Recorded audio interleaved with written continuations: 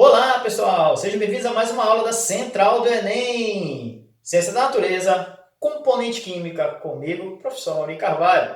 Hoje nós vamos falar de modelos atômicos. Os modelos atômicos são estudados em dois períodos. Existe um período chamado de modelo atômico filosófico, modelos atômicos filosóficos, e o período dos modelos atômicos científicos.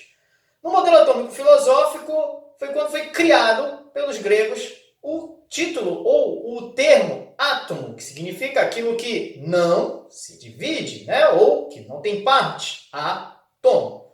Depois surgiram os modelos atômicos, muito depois, né?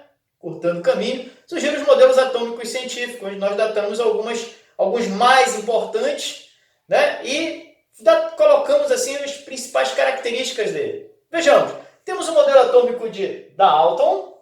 Dalton desenvolve o primeiro modelo atômico científico com o nome de modelo bola de bilhar. Quer dizer, ele não deu o nome modelo bola de bilhar, mas esse é o apelido dado ao modelo dele. Por quê? Ele descreve o modelo atômico dele, como vocês podem ver, com o formato de uma esfera e mantém a definição da palavra átomo, que significa aquilo que não se divide. Tá? Ou seja, ele diz que é uma esfera maciça e indivisível. Ele diz que o átomo, então, como características mais importantes, possui massa, tá? E tamanhos diferentes. Então, se eu tenho átomos de elementos químicos diferentes, eles possuem massa e volumes diferentes, ou tamanhos diferentes. Se eu tenho átomos de um mesmo elemento químico, eles possuem o mesmo tamanho e a mesma massa. Também é de Dalton a definição de que as reações químicas acontecem com trocas de átomos. Ou seja, os átomos se separam e se rearranjam, se remontam, formando substâncias novas em quantidades fixas e pequenas de átomos. Tá?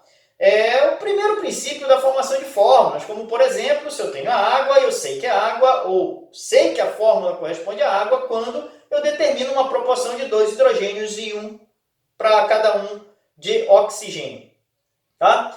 Bom, mas a fórmula como nós conhecemos agora, nesse momento em que nós estudamos, atualmente, não foi desenvolvida por Dalton. Isso é só um comparativo. Depois nós temos o segundo modelo importante, que é o modelo de Thomson. Thomson pega e faz os primeiros experimentos e consegue comprovar que o átomo é divisível em pelo menos duas partes. Ele diz que o átomo, então, é dotado de cargas elétricas. É o primeiro cientista a dizer que o átomo é divisível e também o primeiro a dizer que o átomo possui um caráter elétrico. É constituído de elétrons que estão na superfície de uma massa fluídica positiva e que esses elétrons podem sair do átomo. Tá? Pouco tempo depois, o seu amigo pessoal, o cientista neozelandês Rutherford, desenvolve então um modelo, ou começa a desenvolver um modelo que nós chamamos de modelo atômico atual. Esse modelo atômico atual desenvolvido por Rutherford, ele já é descrito da seguinte forma. Rutherford diz que o átomo então possui uma área muito grande, praticamente vazia, que nós hoje chamamos de eletrosfera, mas essa definição de eletrosfera vem depois, e que o átomo é dotado de um centro de massa muito pequeno e condensado. Ou seja, a massa do átomo está no núcleo, numa área que ele chama de núcleo, muito pequeno e condensado.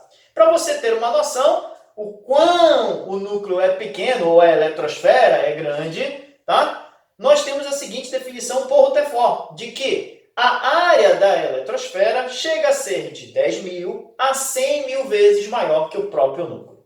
Tá? É a partir do modelo atômico de Rutherford, desculpe, que nós temos a definição de que o átomo possui duas regiões, o núcleo e a eletrosfera, tá? E que no núcleo você tem dois tipos de partículas. Para Rutherford, ele apenas descreve a partícula positiva, ou seja, o núcleo é constituído de prótons. Tá? O elétron tinha sido descoberto por Thomson anteriormente, aí a eletrosfera é constituída de elétrons. Mas o modelo atômico atual, que é o modelo de Rutherford, recebe contribuições de Bohr. Por isso também pode ser encontrado com o nome de modelo Rutherford e Bohr, ou simplesmente modelo planetário, porque os dois definem juntos que o átomo então tem uma região pequena, chamada núcleo, e na área externa tem uma eletrosfera que, com a contribuição de Bohr, nós entendemos que os elétrons descrevem órbitas circulares em torno desse núcleo. Tá? E aí, então, se assemelha ao nosso sistema solar, em que eu tenho o Sol e planetas como o nosso, a Terra, girando em torno do Sol. Tá? Depois vai se descobrir que as eletrosferas não são tão circulares, são elípticas. Aí existe a contribuição ainda de James Chadwick, que descobre o nêutron. Tá? E aí, então, fechamos o átomo com o modelo atômico atual, constituído, então, de 3 partes, que são as 3 partículas fundamentais. Prótons, nêutrons e elétrons, onde os prótons são positivos, os nêutrons não têm carga e os elétrons são negativos. Enquanto massa só depende da quantidade de prótons e nêutrons, ou seja, praticamente a massa toda do átomo está contida no núcleo, por conta de que o elétron chega a ser aproximadamente 1836 vezes menor do que o próton. Então, a sua massa é considerada desprezível. Tá, gente? Então, esse daí era o recado. Muito obrigado e até a próxima aula com as definições sobre o átomo e distribuição eletrônica. Até logo. Muito obrigado.